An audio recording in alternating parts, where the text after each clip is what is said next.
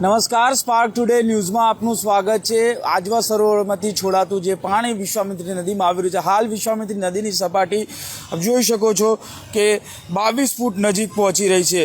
ચોક્કસથી કહી શકાય કે જે ઉપરવાસમાં પડેલા વરસાદને કારણે આ જે પરિસ્થિતિ થઈ છે, ફરી એક વખત વિશ્વામિત્રી નદીનું આ રૌદ્ર સ્વરૂપ આપ જોઈ શકો છો કે જે પ્રકારે ઉપરવાસમાંથી આજવા સરોવરમાંથી પાણી છોડવામાં આવી રહ્યું હતું, હાલ તો ડેમમાંથી પાણી છોડવાનું બંધ કરવામાં આવ્યું છે।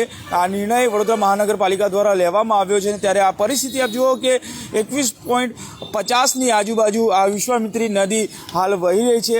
આ જળસ્તર સતત વધી રહ્યું છે।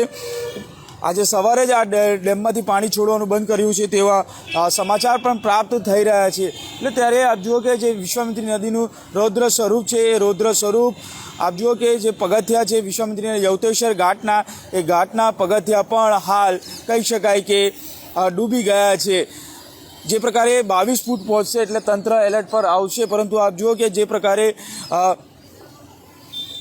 અત્યારથી જ તંત્ર સ્ટેન્ડ ટુ બાય જોવા મળી રહ્યું છે અને તમામ જે અધિકારીઓ છે, પાલિકાના મ્યુનિસિપલ કમિશનર અનુ મહેશ બાબુ સહિત તમામ જે ચૂંટાયેલી પાંખ છે, પાલિકાના મેયર, સ્ટેન્ડિંગ કમિટીના ચેરમેન છે, તમામ લોકો આની ગતિવિધિઓ પર બાજ નજર રાખી રહ્યા છે।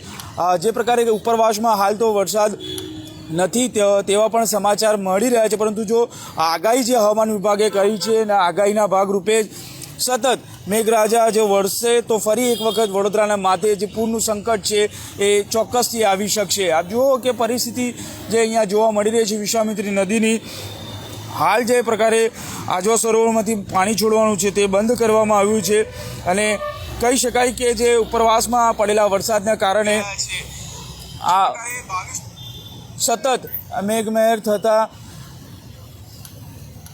આ વિશ્વામિત્રીનું જળસ્તર જે પ્રકારે વધી રહ્યું છે, હાલ વિશ્વામિત્રી નદીની સપાટી કહી શકાય કે 21 ફૂટની ઉપર વહી રહી છે, એટલે 22 ફૂટની નજીક જ થઈ રહી છે। હવે તંત્ર 22 ફૂટે પહોંચતા જ આ તંત્ર કહી શકાય કે એલર્ટ મોડ પર જોવા મળશે।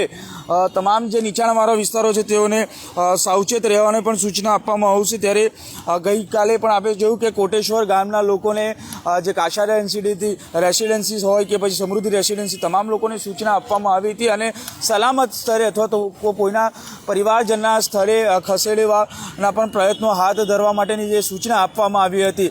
જુઓ કે જે વિશ્વામિત્રી નદીનું આ રૌદ્ર સ્વરૂપ ફરી એક વખત જે ગત વર્ષે થયું હતું કે આ જે 3 વખત પૂરની પરિસ્થિતિ આવી, ત્યારબાદ રાજ્ય સરકાર દ્વારા એક મહત્ત્વનો નિર્ણય લેવામાં આવ્યો હતો કે 1200 કરોડના ખર્ચે રિવાઇવલ પ્રોજેક્ટ અંતર્ગત કહી શકાય કે વિશ્વામિત્રી નદીનું કામગીરી કરવામાં આવશે, પરંતુ આપ જુઓ કે જે પાણીની સામે કોઈનું પણ ન ચાલે, ત્યારે આ રૌદ્ર સ્વરૂપ આ વિશ્વામિત્રી નદીનું અહીંયા જોઈ શકાય છે। હાલ જે પ્રકારે પરિસ્થિતિ થઈ છે અને આપ જુઓ કે સતત ઉપરવાસમાં વરસાદ છે અને ઉપરવાસમાં વરસાદને કારણે આપ જુઓ કે જે પરિસ્થિતિ છે અહીંયા જોઈ શકાય છે। નીચાણવાળા વિસ્તારો અને તમામ લોકોને સચેત રહેવાની પણ હવે સૂચના તંત્ર દ્વારા આપી દેવાઈ છે। જે કોટેશ્વર ગામ છે, સમગ્ર મામલે આપણી સાથે વાતચીત કરવા માટે અતુલ ગામેચી સામાજિક કાર્યકર્તા જોડાયા છે। અતુલભાઈ, શું કહેશો? ફરી એક વખત કહી શકાય કે માત્ર અડધો ફૂટ જ બાકી છે અને 22 ફૂટની નજીક પહોંચશે તો તંત્ર એલર્ટ પર આવશે। શું માનો છે રિવાઇવલ પ્રોજેક્ટ હેઠળ જે કામગીરી કરવામાં આવી છે, શું પરિસ્થિતિ, આપ શું કહેવું છે? રિવાઇવલ પ્રોજેક્ટ હેઠળ જે 1200 કરોડ રૂપિયાનો ખર્ચો કરવામાં આવ્યો અને 1200 કરોડ ખર્ચ્યા બાદ માટી પણ વેચાણ કરવામાં આવી, એટલે વડોદરા મહાનગરપાલિકા જે વડોદરા મહાનગર સેવા સદનને ભરપૂર મેવા મળી ગઈ। સત્તાધીશો પણ કમાયા, અધિકારીઓ પણ કમાયા અને કોન્ટ્રાક્ટર પણ કમાયા, પરંતુ પ્રજાજન્ય જ્યારે પ્રજા વેરો ભરે છે, વેરાનું વળતર મળવું જોઈએ। વિશ્વામિત્રી નદીમાં ગત વર્ષે જે પૂર આવેલો કરોડો અબજો રૂપિયાનું નુકસાન થયું, આજે પણ પરિસ્થિતિ એ છે કે 22-23 ફૂટે હવે વિશ્વામિત્રી જ્યારે જઈ રહી છે, નીચાણવાળા ભાગમાં લોકોના મકાનો, ઝૂંપડાઓ, ખાડાવાળા જે ભાગ છે એ ડૂબી રહ્યા છે। તો વડોદરા મહાનગરપાલિકાની નિષ્ફળતા સામે આવી છે। સામે પૂનમ છે, દરિયો પાણી લે નહીં અને જો વરસાદ વધુ પડશે તો હજુ 24 ફૂટે જો વિશ્વામિત્રી જતી રહેશે તો ગત વર્ષે થયેલું નુકસાન ફરીથી થવા લાયક દેખાઈ રહ્યું છે।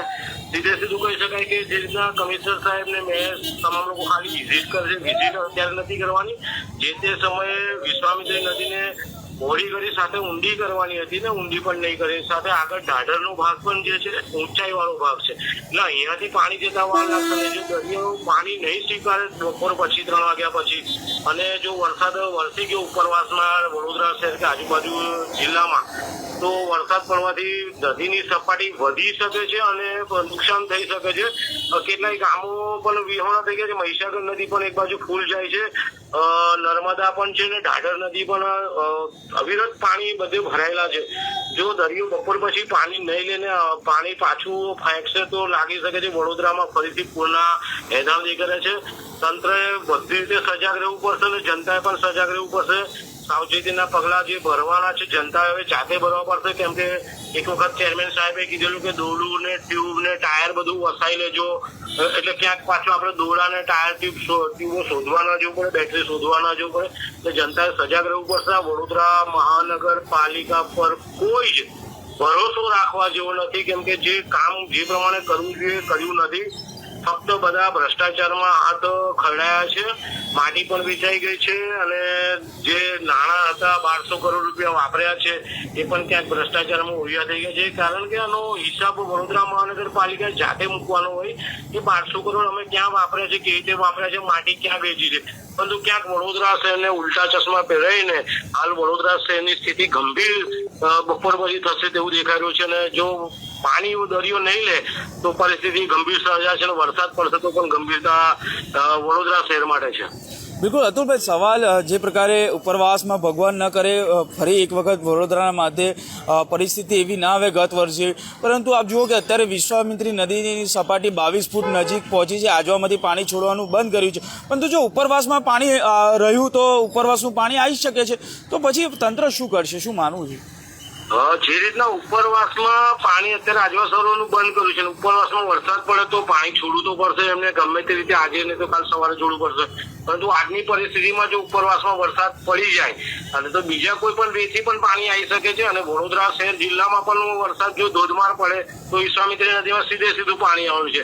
તંત્રએ જે પગલા લેવાના હતા એ પગલા લીધા નહીં. નદીને ખાલી પહોળી કરી પણ ઊંડી નહીં કરી, અને પહોળી કર્યા બાદ પણ જોઈ શકો છો આજે જે પહોળી કર્યા બાદ પણ વિશ્વામિત્રી 22-23 ફૂટે બોલે છે. નદીને પહોળી કર્યા પછી પણ એટલે આ લેવલમાં પણ આપણે વિચારવું પડશે, કેમ કે નદી જો પહોળી કરી હોય તો પાણી સ્પેર થયું છે, પાણી ખુલ્લું થયું છે, તેમ છતાં 22-23 ફૂટે છે. જો નદીને પહોળી ના કરી હોત તો આજે 25 ફૂટે હોત નદી. તો નદી પહોળી કરવા છતાં જો આટલું પાણી છે ને વરસાદ પડશે હજુ આગળના સમયમાં કે બપોરે કે સાંજના વરસાદ પડી જાય, દરિયો પાણી ના લે, તો વડોદરા મહાનગરના જે 1200 કરોડ રૂપિયા વાપર્યા છે એ ખિસ્સામાં તો ગયા છે અને લોકો જનતા પણ જાણી ગઈ છે. એટલે ક્યાંક વોટ્સ ચોરીની જગ્યાએ હવે અહીંયા માટી ચોરી સાથે પૈસા ચોરી એવા ઇલ્ઝામો લાગશે વડોદરા મહાનગરપાલિકાના સત્તાધીશો અધિકારીઓ પર. વડોદરા મહાનગરપાલિકાની જેટલી ભૂલો છે એટલી જ ભૂલો ધારાસભ્યોની પણ એટલી જ ભૂલો છે, કેમ કે ધારાસભ્યોને પણ આપણે ચૂંટીને લાવ્યા છે, એમને પણ ધ્યાન આપવાનું છે ત્યાંથી ક્યાં વસ્તુ થઈ રહી છે, પાણી ક્યાં જવાનું છે. પરંતુ ધારાસભ્યોના પણ અહીંયા મને એવું લાગે કે જેસીબી ને ટેન્કરો ને ટ્રકો ધારાસભ્યોને અહીંયા લાગે ત્યાં માટી ખનનમાં બી એવું મને લાગી રહ્યું છે. તો ધારાસભ્યો પણ ધ્યાન નથી આપ્યું.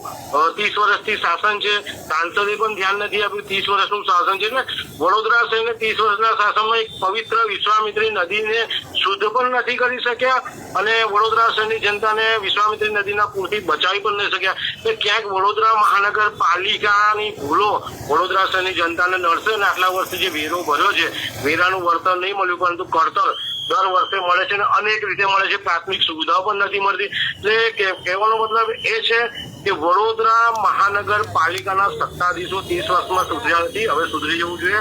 જનતા જાગી ગઈ છે.